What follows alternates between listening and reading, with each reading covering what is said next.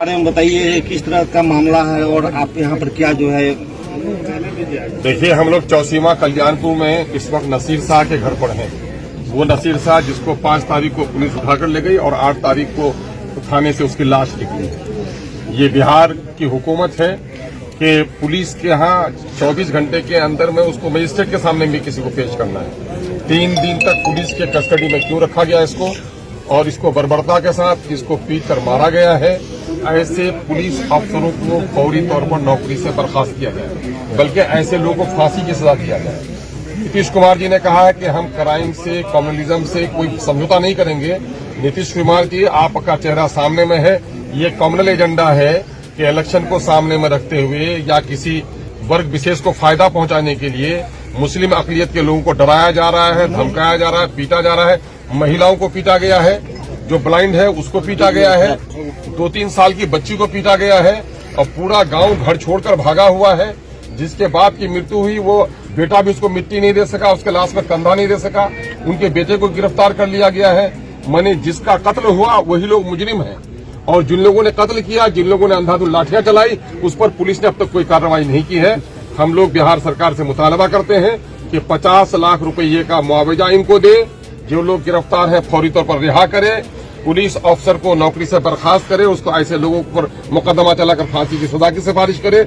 और तीसरा मामला है कि गांव से जो लोग भागे हुए हैं फौरी तौर पर इन लोगों की गिरफ्तारी पर रोक लगाया जाए। यहाँ पर मस्जिद में अजान पर भी पाबंदी लगा दी गई है।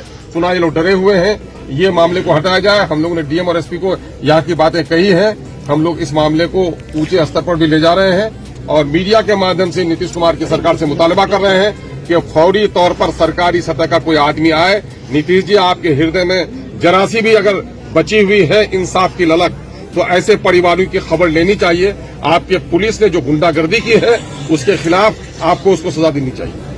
सर, अभी आपने कहा कि मस्जिद से अजान पढ़ने पर भी पाबंदी लगा दी गई है, तो बताएं कि ये पाबंदी किसकी ओर से लगी? ये खौफ के मामले में, या कुछ लोग इन लोगों को डराते हैं, धमकाते हैं, जिसकी वजह से ये लोग अजान भी नहीं दे पा रहे हैं।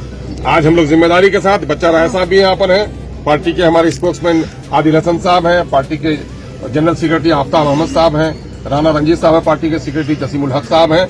ये पूरी टीम हम लोग आए हैं फैक्ट फाइंडिंग के लिए, और हम लोग जा रहे हैं यहाँ से जाकर के डीजीपी को भी देंगे और हुकूमत बिहार के जिम्मेदार अफसरों को भी देंगे, चीफ सेक्रेटरी को भी हम लोग देंगे कि यहाँ क्या पुलिस की बर्बरता है। एक आदमी इतना कमजोर है कि अपना मुकदमा तक दर्ज नहीं करा पाया है। सरकार फौरी तौर पर इसकी तरफ से मुकदमा दर्ज करे और सरकारी सतह पर इस पर कार्रवाई करे। आपको क्या लगता है कि यहाँ मुसलमानों को सिर्फ वोट बैंक के रूप में इस्तेमाल किया जा रहा है, जबकि कुछ सुविधा? देखिए, मामला ये है कि मुसलमानों को वोट बैंक पर इस्तेमाल किया था, नहीं किया था, दूर की बात है। लेकिन मामला ये है कि मुसलमान खौफजदा है, और ऐसी जगहों पर जहां मुसलमानों की आबादी कम हो वहां तो पुलिस को चाक चौबंद रहना चाहिए।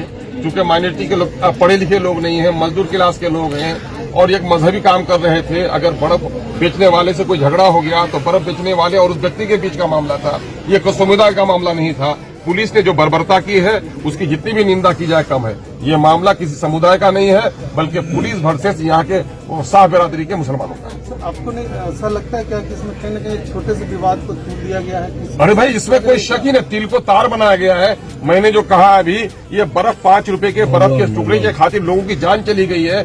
50 लोग यहाँ जख्मी हैं, नाबीना शख्स को पीटा गया है। 1 साल की बच्ची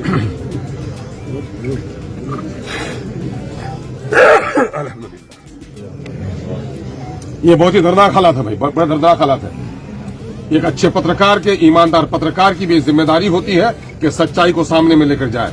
और आज जो भय का वातावरण है, इस भय को दिखाना चाहिए।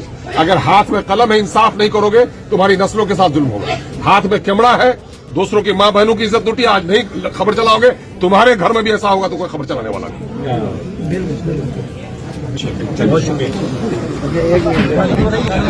नहीं।